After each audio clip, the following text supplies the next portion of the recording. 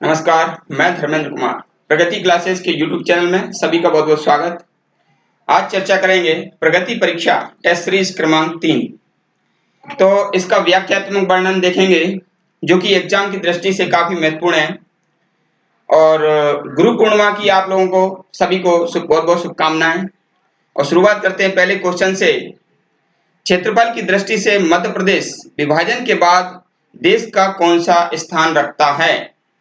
तो मध्य प्रदेश जो वर्तमान में दूसरा स्थान रखता है क्षेत्रफल में, ये हमको याद रखना है। मध्य प्रदेश वर्तमान में दूसरा स्थान रखता है क्षेत्रफल में, और इसका क्षेत्रफल अभी है 308,252 वर्ग किलोमीटर। ठीक। और इससे पहले सन 2000 के पहले इसका जो क्षेत्रफल था 443,446 वर्ग किलोमीटर था, और इसका 30.47% छत्तीसगढ़ में जाने के कारण इसका जो क्षेत्रफल है वो 308,252 बचा। तो ये आप याद रख लेना, वर्तमान में मध्य प्रदेश का क्षेत्रफल 308,252 है, जो कि मध्य प्रदेश दूसरे नंबर का राज्य है। और इससे पहले सन 2000 के पहले जब छत्तीसगढ़ अलग नहीं हुआ था तब 443,446 वर्ग किलोमीटर इसका क्षेत्रफल था। ठीक है। और पहले स्थान पर आता था मध्य प्रदेश, अब दूसरे स्थान पर आता है। तो सवाल आएगा कि भारत का क्षेत्रफल में प्रथम राज्य कौन सा है? तो मध्य प्रदेश से भी बड़ा राज्य क्षेत्रफल में है राजस्थान। ठीक है। तो ये प्रथम है क्षेत्रफल में, ये ध्यान रख लेना। और राजस्थान का क्षेत्रफल पूछ लिया जाएगा 342,239 वर्ग किलोमीटर। ठीक है। फिर एक क्वेश्चन आएगा कि भारत के 3 बड़े राज्य क्षेत्रफल में कौन से हैं? तो इसके लिए आप ट्रिक याद रख लेना, राम महान। तो ये क्षेत्रफल में 3 बड़े राज्य हो जाएंगे। रा से हो जाएगा राजस्थान पहले नंबर, मा से मध्य प्रदेश दूसरे नंबर, और महा से महाराष्ट्र तीसरे नंबर। ठीक है। तो इस प्रकार से आपको ये सॉल्यूशन मिल जाएगा। दूसरा क्वेश्चन देखते हैं।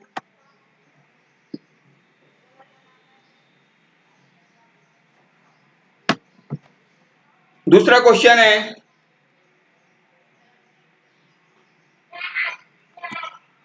विभाजन के बाद मध्य प्रदेश राज्य की सीमाएं कितने राज्यों से मिलती है?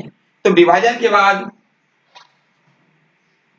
ये जो विभाजन है, विभाजन के बाद 5 राज्यों से मध्य प्रदेश की सीमाएं मिलती हैं, और विभाजन के पहले ये 7 राज्यों से सीमाएं मिलती थी। और ये जो 5 राज्य हैं वो आपका हो जाएगा उछम गुरा। ये आप ट्रिक याद रख लेना, ये 5 राज्य हैं इसमें, यानी कि उ से उत्तर प्रदेश, छा से छत्तीसगढ़, मा से महाराष्ट्र, गा से गुजरात, और रा से राजस्थान। ठीक है। तो ये 5 राज्य हैं उछम गुरा। और यदि ये पूछें कि भाई क्षेत्रफल में सबसे बड़ा राज्य मतलब जो मध्य प्रदेश है सबसे अधिक किस राज्य की सीमा को स्पर्श करता है, तो ये उत्तर प्रदेश राज्य को सबसे ज्यादा स्पर्श करता है। और यदि पूछे सबसे कम सीमा किस राज्य को स्पर्श करता है मध्य प्रदेश, तो गुजरात को सबसे कम स्पर्श करता है। तो इस प्रकार से ये इंपॉर्टेंट है, आप कर लेना। नेक्स्ट क्वेश्चन देख लेते हैं, क्वेश्चन नंबर 3। मध्य प्रदेश का क्षेत्रफल क्या है? तो मध्य प्रदेश का क्षेत्रफल मैंने आपको बता दिया है 308,252 वर्ग किलोमीटर है। ठीक है। और इससे पहले 443,446 था, लेकिन 30.47% जो क्षेत्रफल है वो छत्तीसगढ़ में जाने के बाद मध्य प्रदेश दूसरे नंबर पर आ गया है। तो नेक्स्ट क्वेश्चन नंबर 4, अमरकंटक स्थित है। ठीक है। तो ये बहुत ही इंपॉर्टेंट क्वेश्चन है कि जो अमरकंटक है, अमरकंटक वर्तमान में अनूपपुर जिले में है, ठीक है। और इससे पहले ये अमरकंटक आता था शहडोल जिले में, इससे पहले ये शहडोल जिले में आता था, लेकिन 15 अगस्त 2003 में 3 जिले बने थे, उसमें से शहडोल से अनूपपुर जिला बनाया गया था। तो जो अमरकंटक है वो अनूपपुर जिले में आ गया। अमरकंटक से नर्मदा नदी निकलती है, नर्मदा नदी निकलती है अमरकंटक से सॉरी। और नर्मदा नदी को 2017 में जीवित नदी का दर्जा दिया गया है। जीवित नदी का दर्जा दिया गया है भाई। तो अमरकंटक से नर्मदा नदी निकलती है और ये अमरकंटक से 1051 फीट की ऊंचाई से निकलती है। नर्मदा नदी 1051 फीट की ऊंचाई से निकलती है और ये कुल 1312 किलोमीटर ये प्रवाहित होती है। और नर्मदा नदी को राजस्थान, गुजरात और मध्य प्रदेश की जीवन रेखा भी कहते हैं। और मध्य प्रदेश में इसका प्रवाह 1077 किलोमीटर है, ठीक है। और मध्य प्रदेश के 15 जिलों से होकर नर्मदा नदी बहती है। तो ये सारी चीजें आप इसमें याद रख लेना। नेक्स्ट क्वेश्चन है क्वेश्चन नंबर 5। क्वेश्चन नंबर 5 कहता है कौन सा बाघ राज्य कहा जाता है। तो बाघ राज्य पूरे भारत में मध्य प्रदेश को कहते हैं, क्योंकि मध्य प्रदेश में बाघों की संख्या सर्वाधिक है और ये संख्या है 526, ठीक है। तो मध्य प्रदेश को टाइगर स्टेट कहते हैं, टाइगर स्टेट कहते हैं, क्योंकि 526 टाइगर मध्य प्रदेश में हैं। और दूसरा स्थान है कर्नाटक, जिसमें 524 टाइगर हैं, ठीक है। मध्य प्रदेश को घड़ियाल स्टेट भी कहा जाता है, मध्य प्रदेश को खच्चर स्टेट भी कहा जाता है, ठीक है। तो इस प्रकार से इसके कई नाम हैं मध्य प्रदेश के। अगला क्वेश्चन है क्वेश्चन नंबर 6। मंडला राजधानी थी, तो मंडला राजधानी थी गोंड की, ठीक है ना। गोंडों की राजधानी मंडला थी। और रानी दुर्गावती, ठीक है ना, रानी दुर्गावती ये महोबा की राजकुमारी थी। कहाँ की? महोबा की राजकुमारी थी, जो कि चंदेल वंश की थी। महोबा की चंदेल वंश की राजकुमारी थी, ठीक है, जो कि बाद में गोंड शासिका बनी, ठीक है ना। और गोंड जो क्षेत्र है उसको गढ़कटंगा भी कहते हैं, ठीक है ना। और गढ़कटंगा जो क्षेत्र की स्थापना की थी, रियासत की स्थापना की थी, उसका नाम था अमन दास ने गढ़कटंगा रियासत की स्थापना की थी। और जो रानी दुर्गावती है, ठीक है ना, रानी दुर्गावती पर अटैक किया गया था 1564 में। 1564 में इस पर आक्रमण किया।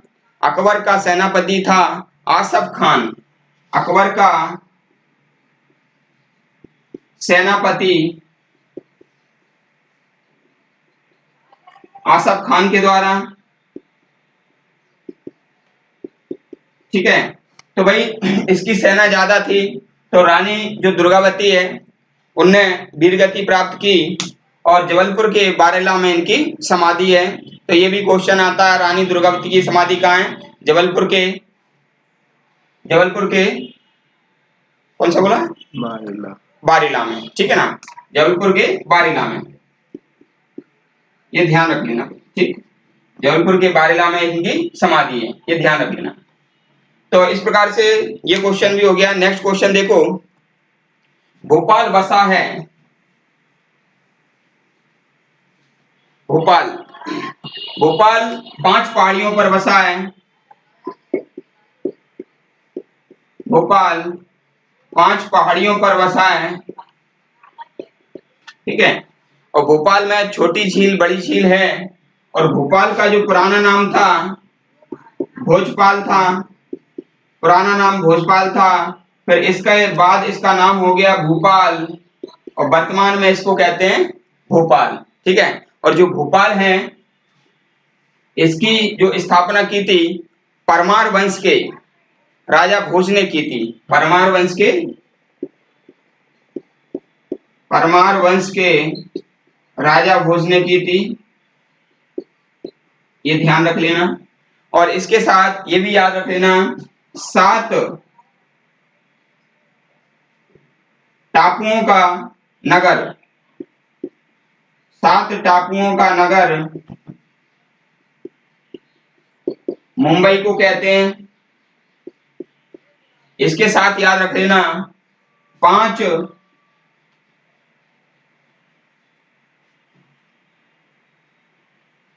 बस 7 टापुओं का नगर मुंबई को कहते हैं, ठीक है ना, इतना ध्यान रख लेना। अगला क्वेश्चन देख लीजिएगा। अगला क्वेश्चन है, मध्य प्रदेश की सबसे ऊंची चोटी धूपगढ़ स्थित है। तो धूपगढ़ है महादेव की पहाड़ियों पर, ठीक है, महादेव की पहाड़ियों पर है। एक्चुअली में क्या है, जो धूपगढ़ है वो मध्य प्रदेश की सबसे ऊंची चोटी है, मध्य प्रदेश की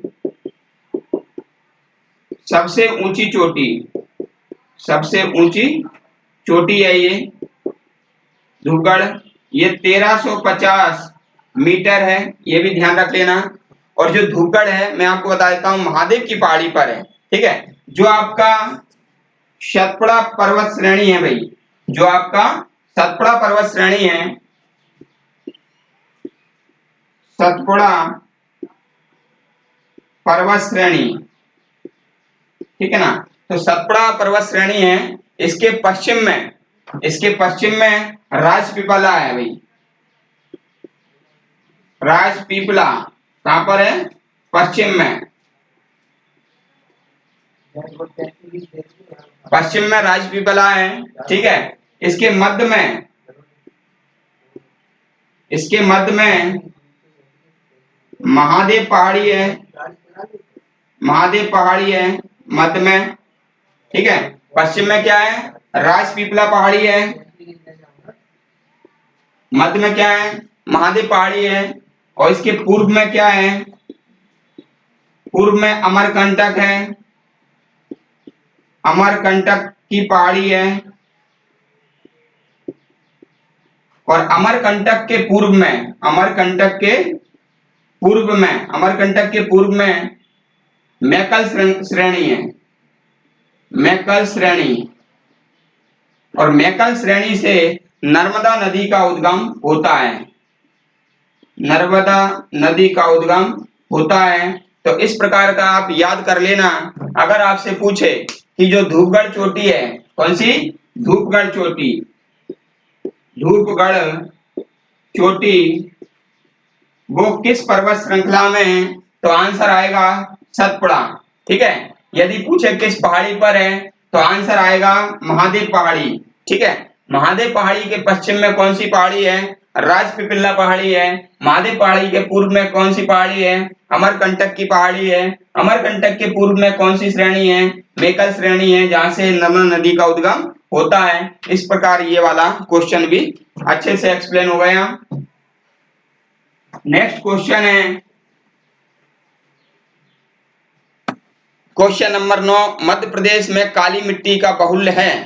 तो मध्य प्रदेश में जो काली मिट्टी का बाहुल्य है वो है मालवा के पठार में, मालवा के पठार में काली मिट्टी का बाहुल्य है, काली मिट्टी का बाहुल्य है। और काली मिट्टी को के अन्य जो नाम हैं, इसको रेगुर मिट्टी भी कहते हैं, रेगुर मिट्टी भी कहते हैं, इसको लावा मिट्टी भी कहते हैं, लावा मिट्टी भी कहते हैं, इसे काली कपासी मिट्टी भी कहते हैं, काली कपासी मिट्टी भी कहते हैं। ठीक है, इसे अंतरराष्ट्रीय स्तर पर चेरनोजम भी कहते हैं, चेरनोजम अंतरराष्ट्रीय स्तर पर, अंतरराष्ट्रीय स्तर पर चेरनोजम भी कहते हैं, ये आप याद रख लेना चेरनोजम। इसको स्वतः जुती हुई मिट्टी भी कहते हैं, जुती हुई मिट्टी भी कहते हैं, क्योंकि इसमें दरार पड़ जाती है तो ये स्वतः जुती हुई मिट्टी भी कहलाती है। काली मिट्टी अगर क्वेश्चन आ जाए किस राज्य में सर्वाधिक पाई जाती है, तो महाराष्ट्र में सबसे अधिक काली मिट्टी पाई जाती है। ठीक है ना, महाराष्ट्र में सबसे अधिक काली मिट्टी पाई जाती है। और इसको याद रख लेना, महाकाली, महाकाली यानी कि महाराष्ट्र काली मिट्टी। ठीक है, इस तरह से आपको ये याद हो जाएगा। आखिरी क्वेश्चन और देख लेते हैं, फिर ये टेस्ट सीरीज आपकी कंप्लीट हो जाएगी, जो कि बहुत ही इंपॉर्टेंट है एग्जाम की दृष्टि से। आखिरी क्वेश्चन है, मध्य प्रदेश की जलवायु है, तो मध्य प्रदेश की जो जलवायु है वो मानसूनी जलवायु है, मानसूनी जलवायु है। ठीक है, ये क्वेश्चन एमपीपीएससी में आ चुका है। और जो जलवायु है लगातार 31 वर्षों तक, लगातार 31 वर्षों तक, 31 वर्षों तक अगर एक जैसा मौसम बना रहता है तो उसे हम जलवायु कहते हैं। एक जैसा मौसम रहता है, एक जैसा मौसम रहता है तो उसे क्या कहते हैं, क्लाइमेट यानी कि जलवायु कहते हैं। तो जलवायु स्थिर होता है और मौसम कुछ समय के लिए रहता है और कुछ समय बाद परिवर्तित हो जाता है। और जो मौसम शब्द है, मौसम शब्द है वह अरबी के मौसम शब्द से बना है, अरबी के मौसम शब्द से बना है। ठीक है, तो ये आपके 10 क्वेश्चन हुए। क्वेश्चन आपको कैसे लगे, एक्सप्लेन आपको कैसा लगा, इसके लिए आप कमेंट्स करें। चैनल में नए हैं तो चैनल को सब्सक्राइब करें, अपने दोस्तों को शेयर करें ताकि अधिक से अधिक इसको लोगों के पास पहुंचाया जा सके। ठीक है, वीडियो से जुड़े रहें, रेगुलर वीडियो आते रहेंगे। सभी का बहुत बहुत धन्यवाद।